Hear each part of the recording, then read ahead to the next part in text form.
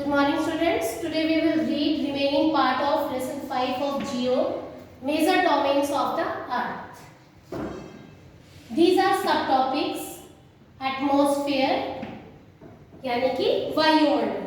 The earth is surrounded by a layer of gas and it is called atmosphere. यानी कि अर्थ के चारों तरफ जो एक गैसेस की का लेयर बनी होती है, परत बनी होती है, उसे हम एटमॉस्फेयर यानी कि वायुमंडल बोलते हैं.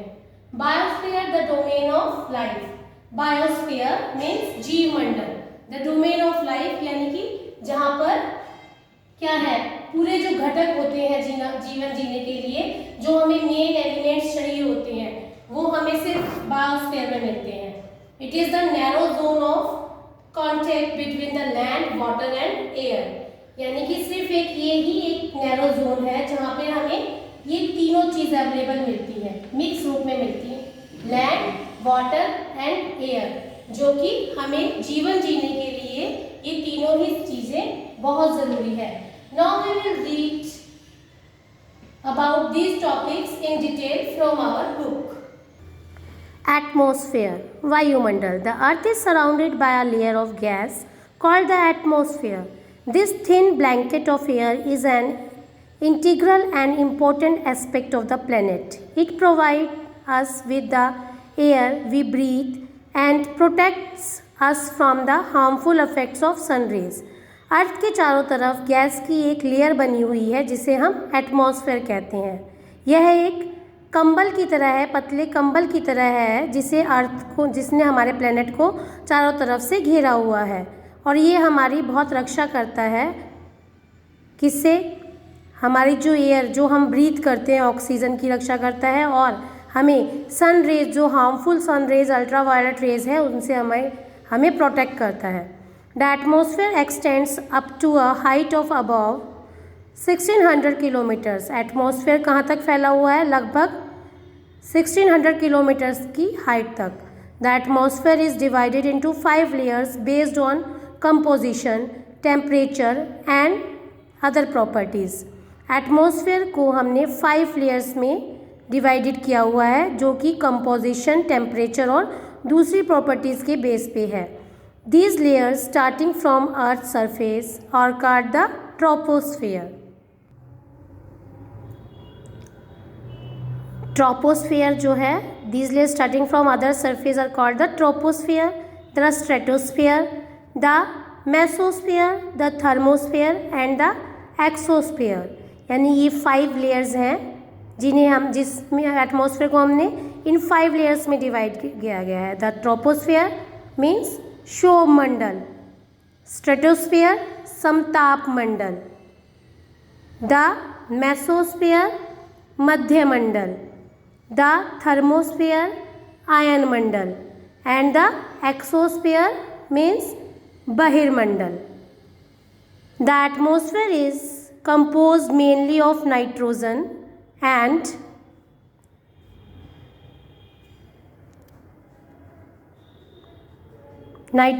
and oxygen, which make up about 99% of clean. Atmosphere जो है मेनली नाइट्रोजन और ऑक्सीजन के कंपोजिशन से बना है, जो कि साफ हवा का 99% है. Nitrogen 78%, oxygen 21% and other gases like carbon dioxide, organ and other comprise. यानी सबसे ज़्यादा जो हम हवा ब्रीथ करते हैं उसमें नाइट्रोजन 78%, ऑक्सीजन 21% और दूसरी जो गैसेज हैं वो 1% ऐड होती हैं, 1% by volume. Oxygen is the breath of life while nitrogen helps in the growth of living organism. Oxygen जो है हमें वो तो सांस लेने के लिए, जीवन के लिए ज़रूरी है, जबकि नाइट्रोजन हमारी जो विकास है उसके लिए, हमारे जो बॉडी की ग्रोथ होती है उसके लिए ज़रूरी है. Carbon dioxide though present in minute amount is important as it absorbs heat radiated by the अर्थ. और कार्बन डाइऑक्साइड भी बहुत इंपॉर्टेंट है क्योंकि वो जो अर्थ की हीट निकलती है उसको एब्जॉर्व करती है, thereby keeping the planet warm, और उसी से हमारा प्लैनेट जो है वो वार्म रहता है. It is also essential for the growth of plants, और कार्बन डाइऑक्साइड प्लांट्स की ग्रोथ के लिए भी नेसेसरी है।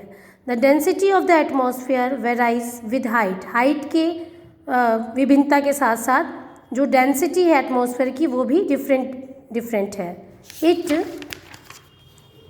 It is maximum at the sea level and decreasing rapidly as we go up, और ये क्या होता है, सी लेवल के पास मैक्सिमम होती है और जैसे जैसे हम ऊंचाई पे जाते जाएंगे वो डिक्रीजेज होती जाएगी। You know the climbers experience problem in breathing due to this decrease in the density of air. जो क्लिम्बर्स होते हैं तुम्हें पता है उन्हें वो ये चीज़ें एक्सपीरियंस करते हैं क्योंकि जब वो ऊपर होते हैं तो उनके पास ब्रीथिंग के लिए क्या होता है, due to this decrease in the density over, ये जो डेंसिटी होती है एयर की उनको उस प्रॉब्लम को फेस करना पड़ता है। They have to carry with them oxygen cylinder to be. बेटा क्लिम्बर्स मीन्स जो पहाड़ों पे चढ़ते हैं तो उन्हें ब्रीथिंग समस्या किस लिए होती है, क्योंकि जैसे जैसे वो ज़्यादा हाइट पे जाते हैं ऑक्सीजन कम होती है जिसके कारण उन्हें अपना ऑक्सीजन सिलेंडर खुद ही लेके जाना पड़ता है क्यों, ताकि वो सांस लेने में उन्हें प्रॉब्लम ना हो। The temperature also decreases as we go upward, जैसे जैसे हम ऊपर जाते हैं टेम्परेचर भी डिक्रीज यानी कम होना स्टार्ट हो जाता है। The atmosphere exert pressure on the earth, और जो एटमोसफेयर है वो पृथ्वी पर प्रेशर डालता है। This varies from place to place, और ये हर जगह अलग होता है। Some areas experience high pressure and some areas low pressure. Air moves from high pressure to low pressure, moving air is known as wind. और ये प्रेशर क्या होता है, सम एरियाज में तो हाई प्रेशर होता है और कुछ में लो प्रेशर होता है। एयर जो है वो मूव्स करती है हाई प्रेशर से लो प्रेशर की साइड, और मूविंग एयर को हम किस नाम से जानते हैं, wind. Now we will read about biosphere the domain of life, यानी कि अब हम बढ़ेंगे जीव मंडल जहाँ पर जीवन संभव है। The biosphere is the narrow zone of contact between the land, water and air. It is in this zone that life that is unique to this planet exists. There are several species of organisms that vary in size from microbes and bacteria to huge mammals.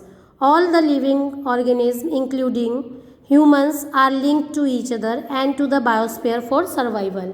जीव मंडल जल, स्थल, जल तथा हवा के बीच का एक सीमित भाग है। यह वह भाग है जहाँ जीवन मौजूद है, यानी पाया जाता है जीवन, जहाँ जीवों की बहुत सी प्रजातियाँ हैं जो कि क्या होते हैं, माइक्रोब्स होते हैं, ऑर्गेनिज्म होते हैं, सूक्ष्म जीवों और बैक्टीरिया से लेकर बड़े बड़े जो जीवधारी मैमल्स होते हैं वो भी पाए जाते हैं, और मनुष्य सहित सभी प्राणी जीवित रहने के लिए एक दूसरे से जुड़े हुए हैं इस बायोस्फीयर में। The organisms in the biosphere may broadly be divided into the plant kingdom and the animal kingdom. The three domains of the earth interact with each other and affect each other in some way or the other. For example, cutting of forest for fulfilling our needs of wood or clearing land for agriculture may lead to fast removal of soil from slopes. Similarly, Earth's surface may be changed due to natural calamities like earthquakes.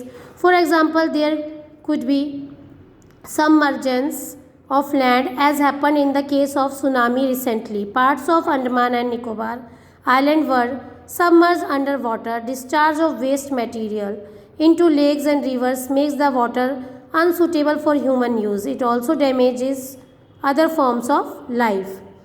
जीव मंडल के प्राणियों को मुख्यतः हम 2 parts में divide कर सकते हैं, जंतु जगत एवं पेड़ पौधे वाला जगत, पादप जगत। पृथ्वी के ये तीनों परिमंडल आपस में जब मिलते हैं, आपस में एक दूसरे के साथ संपर्क में आते हैं तो वो एक दूसरे को किसी न किसी रूप में प्रभावित करते हैं। जैसे लकड़ी तथा खेती के लिए वनों को काटा जाए तो इससे क्या होता है, मिट्टी का कटाव तेजी से होने लगता है।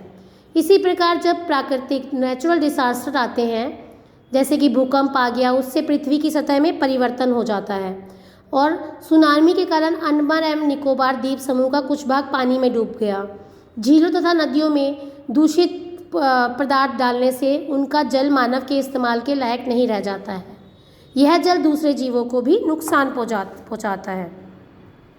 Emission from industries, thermal power plants and vehicles pollute the air. Carbon dioxide is amount of CO2 leads to increase in global temperatures. This is termed as global warming. There is thus a need to limit the use of resources of the earth to maintain the balance of nature between the domains of the lithosphere, the atmosphere and the hydrosphere. उद्योगों, विद्युत संयंत्रों तथा गाड़ियों का जो पदार्थ वायु को प्रदूषित करता है, यानी जो उनका वेस्ट निकलता है, जिससे कार्बन डाइऑक्साइड वायु का एक महत्वपूर्ण पार्ट है। लेकिन जब कार्बन डाइऑक्साइड की मात्रा में तेज़ी से वृद्धि हो जाएगी तो तापमान भी बढ़ जाएगा पृथ्वी का। इसे भूमंडलीय तपन कहा जाता है। इसलिए भूमंडल, वायुमंडल तथा जलमंडल के बीच के प्राकृतिक संतुलन को बनाए रखने के लिए पृथ्वी के संसाधनों के सीमित प्रयोग की आवश्यकता है। यानी कि हमें अपने संसाधन का एक निश्चित रूप से यूज़ करना पड़ेगा उन्हें बचाने के लिए, ताकि हमारे यहाँ पे पॉल्यूशन के कारण हम जो नेचुरल डिसास्टर्स आते हैं उनसे हम अपना प्रिकॉशन ले सकें।